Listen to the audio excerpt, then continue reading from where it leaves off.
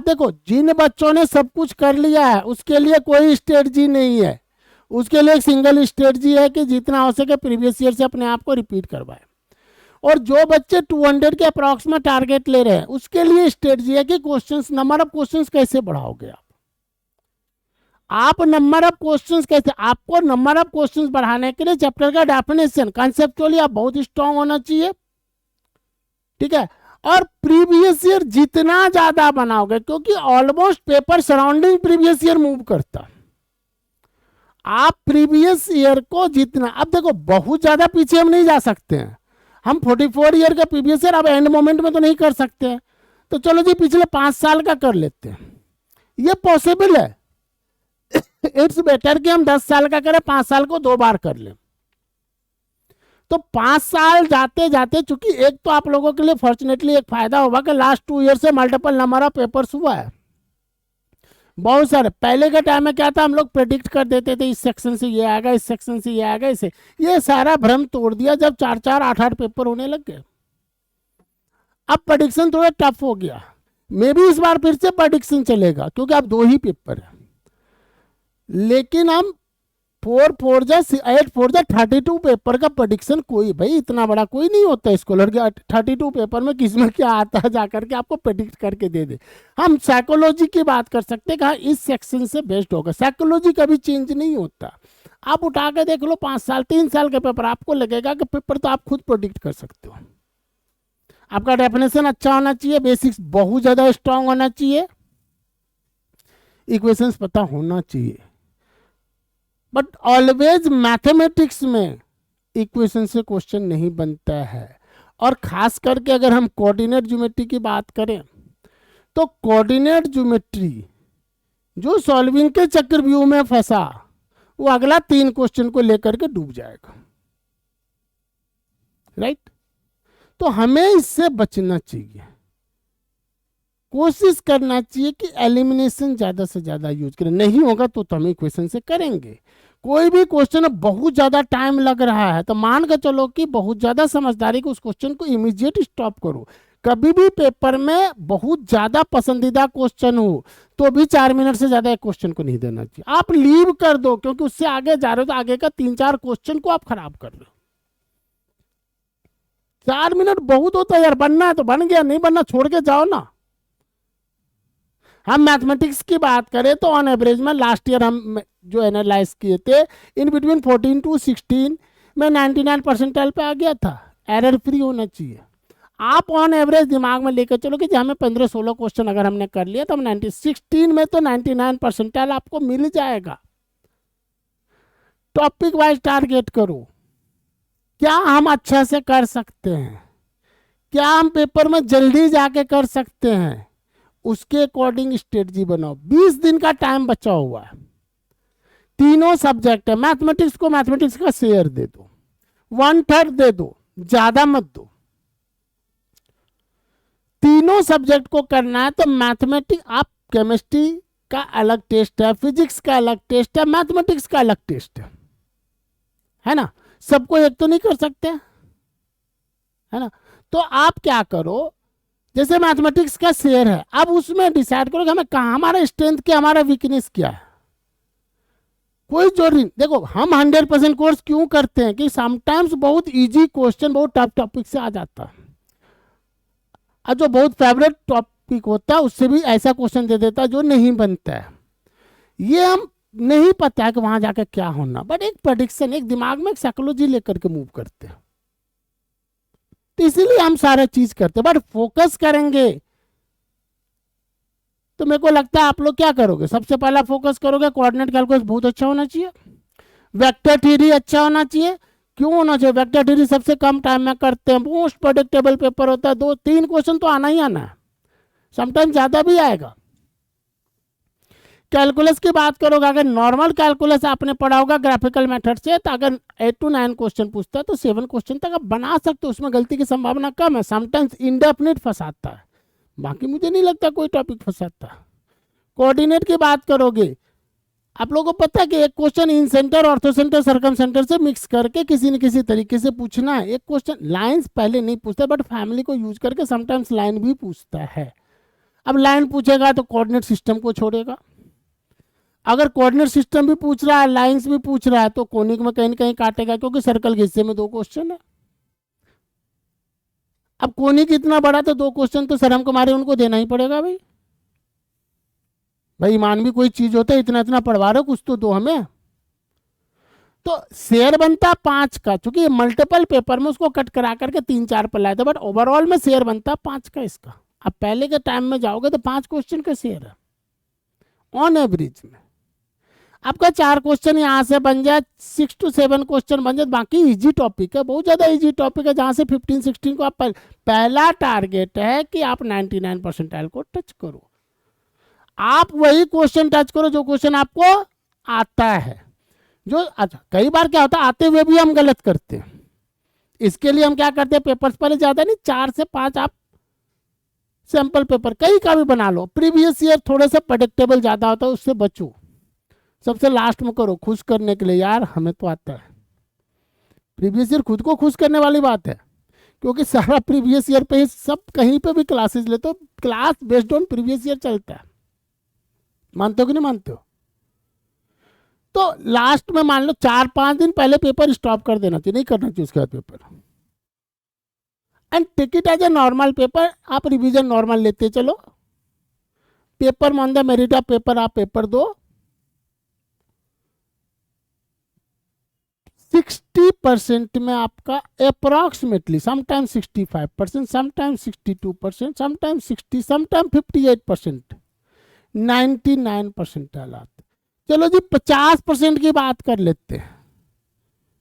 50% में आप approx 98 plus तो अप्रोक्स में रहोगे ही रहोगे, विच इज वेरी गुड, बहुत अच्छा चांस बना। नेक्स्ट पेपर आपके सामने है, 1 परसेंटाइल आप कोशिश करोगे तो उसमें जो नुकसान हुआ उसकी भरपाई आप कर सकते हो। मतलब हमारा टारगेट क्या है, 50%। तो अपने आप को एनालाइज करो, 4-5 पेपर करो और उसको रिपीट करो उस पेपर को, ना कि बहुत ज्यादा आगे नया का नया करते जाओ। जितना नया करोगे 5 क्वेश्चन नहीं बनेगा, डर लगेगा अपने आप से, हमारे बस का नहीं है, इतने लाख बच्चे बैठते हैं, हम कहाँ से करेंगे, हमने तो इतनी अच्छी पढ़ाई करी नहीं है, हमारे बस का कहाँ है। मेरा मानना औरों से, मेरा साइकोलॉजी थोड़ा डिफरेंट है, मैं लाख को काउंट नहीं करता हूं, मैं इंडिविजुअल्स को काउंट करता हूं। मेरा मानना है कि आपका कंपटीशन खुद से है कि आप इतना नंबर ले पा रहे हो कि नहीं पा रहे हो, इतना क्वेश्चन आप एरर फ्री कर पा रहे हो कि नहीं कर पा रहे हो। आप कर दो, हर एक पेपर में 50 क्वेश्चन टोटल ओवरऑल में कर दो, ना करो 50, 45 कर दो। चलो जी आपका टोटल नंबर ऑफ क्वेश्चन 75 कर रहा है, 50% कितना होता है, 37.5, अप्रोक्सीमेटली 38 होता है। आप 40 क्वेश्चंस करो but must be error free. आपको कोई जरूरत नहीं सोचने के कितने लाख बच्चे बैठते हैं, आपके परसेंटाइल आ जाएंगे। आप एडवांस में अच्छा करोगे, एक बेस बना लो। जैसे ही आप देखो 300 मार्क्स का पेपर है, 170 प्लस होते आपका एडवांस में चांस बहुत अच्छा है, उस पर आप कंसंट्रेट करो, उस पर फोकस करोगे।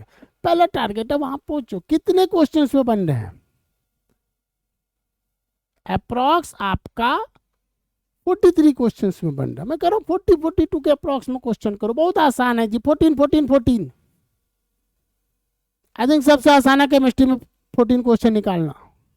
थोड़ा प्यार से एनसीईआरटी पढ़ लो, इनफैक्ट रट लो।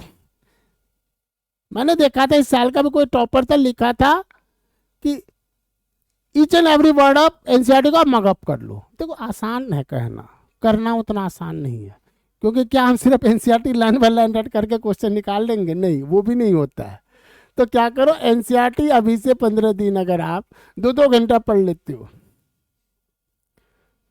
इनऑर्गेनिक केमिस्ट्री तमीज से कर लेते हो, तो 30-35% मार्क्स आगे कब आएंगे, जब जितना आपने रटा उससे प्रीवियस ईयर में लगा लो, 5 साल 7 साल पर लगा लो, उससे पीछे मत जाओ, क्योंकि अब समय नहीं है। गलत कह रहा हूं, उतना करो। अच्छा जितना करते हो तसल्ली से करो। एक शुद्ध हिंदी में कहते हैं हाय बाप नहीं करना, मारामारी नहीं करनी है, अब मेरा क्या होगा जी, दुनिया कहीं खत्म थोड़ी हो जाती है क्या? जो इंजीनियर नहीं बनते वो जिंदा नहीं रहते क्या? आप नेचुरल अप्रोच से मूव करो। मैं समझता हूँ एक normal student without having any extra, कहते हैं extra ordinary brain, extra ordinary time effort, एक नॉर्मल स्टूडेंट 50% ऑफ पेपर कर सकता है अगर अपने अंदर से फियर फैक्टर निकाल के फेंक दे। ये डर में हम 20% 30% क्वेश्चन खराब करते हैं। वो जो नेगेटिव होता है, कहाँ से होता है नेगेटिव? ये डर है। एक तो देखो कंसेप्चुअल लैकिंग से नेगेटिव होता है, एक डर से नेगेटिव होता है। तो take it as a normal paper, normal day, normal paper. ये नहीं जी अब सांस फूल रही है, कल हमारा पेपर है, परसों हमारा पेपर है, तेल लगा करके बैठे हुए सोए हुए हैं, बेटा सो जाओ, सुबह जल्दी उठना। अरे नॉर्मल ठीक है यार, कल जाकर एक पेपर देना, दे देते हैं ना, क्यों हम मारामारी करें, क्यों हम है बाप करें? जो होना होगा तो जितना मैंने पढ़ा, जितनी मेरी औकात थी, अदरवाइज नहीं हुआ इसका मतलब मैंने पढ़ा नहीं था, निकम्माबाजी किया था। तो अगर मैंने निकम्माबाजी किया तो मेरे को क्यों सेलेक्ट होना चाहिए? नहीं होना चाहिए ना, होना चाहिए। गिफ्टेड लाइफ का कोई फायदा है? जय माता दी, ABCD, चल भाई सी में जय माता दी हो गया, इससे नंबर लेकर के अगर सेलेक्ट भी होते तो एक अच्छा इंजीनियर तो नहीं बन पाओगे, बन ही नहीं सकते हो। अपने ऊपर भरोसा करो यार, किसी और के ऊपर भरोसा करके आप अच्छा नहीं कर सकते हो। Take it as a normal simple paper. तीनों सब्जेक्ट को इक्वल शेयर दो। हाँ, किसी का मैथ्स में इंटरेस्ट है, किसी का केमिस्ट्री में, किसी थोड़ा बहुत तो हो जाता है। अरे एक माँ बाप के 5 बाल बच्चे होते, सब बराबर होते नहीं। कहते कि पांचों हमारे लिए बराबर है, बराबर होता नहीं है। किसी को छोटे से प्यार है, किसी को बीच वाले से प्यार है। प्यार कब होता है? जब उसका कर्म होता है। मान लो किसी को मैथ्स ज्यादा यील्ड कर रहा है मार्क्स, तो उसको मैथ्स से प्यार होगा। जो ज्यादा कमा के देता है उससे माँ बाप को ज्यादा प्यार होता है। Not necessary but normal scenario में यही देखा गया है ना। तो क्या पता किसी को केमिस्ट्री कमा के ज्यादा दे रहा है, किसी को मैथमेटिक्स ज्यादा कमा के दे रहा है, कोई फिजिक्स का चैंपियन हो। बट ऑन एवरेज में फिर भी मैं कहता हूँ लास्ट का 20 डेज जो है अप्रॉक्स मान के चलता हूँ, आप जस्टिस करो। मान के चलो कि हमारा जो इंडियन सिस्टम है, 3 बच्चे तो तीनों बराबर है ना। तीनों को वैसे भी पिता के संपत्ति में बेटा और बेटी का आज के डेट में बराबर हक मिलता है, हिंदू मैरिज एक्ट के अकॉर्डिंग, है ना। Hindu marriage act, I think it was 1956 या समथिंग था, ईयर मैं भूल गया हूँ। तो फिजिक्स, केमिस्ट्री, मैथमेटिक्स, तीनों को बराबर संपत्ति, कम से कम अंतिम में तो 20 दिन दे दो। फिर जिसका जो किस्मत होगा, माँ बाप के 3 बच्चे तो एक IAS अफसर बन जाता है, एक किसान हो जाता है, एक दुकान चलाता है। कौन कितना नंबर देगा वो देखा जाएगा, है ना। फिर तो किस्मत वाली भी बात होता है। But I don't believe in किस्मत, मैं मेहनत पे बिलीव करता हूँ। कोई जी कहता है मेरी तो किस्मत फूट गई, वो दिन मेरा खराब था। अरे तूने पढ़ाई नहीं था तो तेरा दिन कैसे नहीं खराब होगा? तेरा लॉजिक अगर बहुत अच्छा है, तू कंसेप्चुअली स्ट्रांग है, तेरा प्रैक्टिस बहुत अच्छा, तो दिन कैसे खराब हो सकता? तो आपको टारगेट करना है, अभी माइंडसेट बनाकर चलो, at least 50%, that must be error free. कहना बड़ा आसान है, कितना भी एरर फ्री बोल दो तो स्टैंडर्ड एरर 10% का होता है। 10% से ज़्यादा है तो गधे हो, 5% से कम है बहुत अच्छे बच्चे हो, 0% तो भगवान के ही होते हैं। कुछ बच्चे होते हैं भगवान, यानी बहुत अच्छा प्रैक्टिस है। क्लियर है? ठीक है। तो एक दिमाग में लेकर के चलो, पैनिक नहीं होना, बिल्कुल पैनिक नहीं होता। दुनिया कहीं खत्म नहीं होती है, दुनिया कहीं रुकती नहीं है, थमती नहीं है। आप अपनी ईमानदारी से पेपर दे दो। पहला पेपर में जो कमी रहेगा उसका कोर को दूसरे पेपर में डालना, राइट।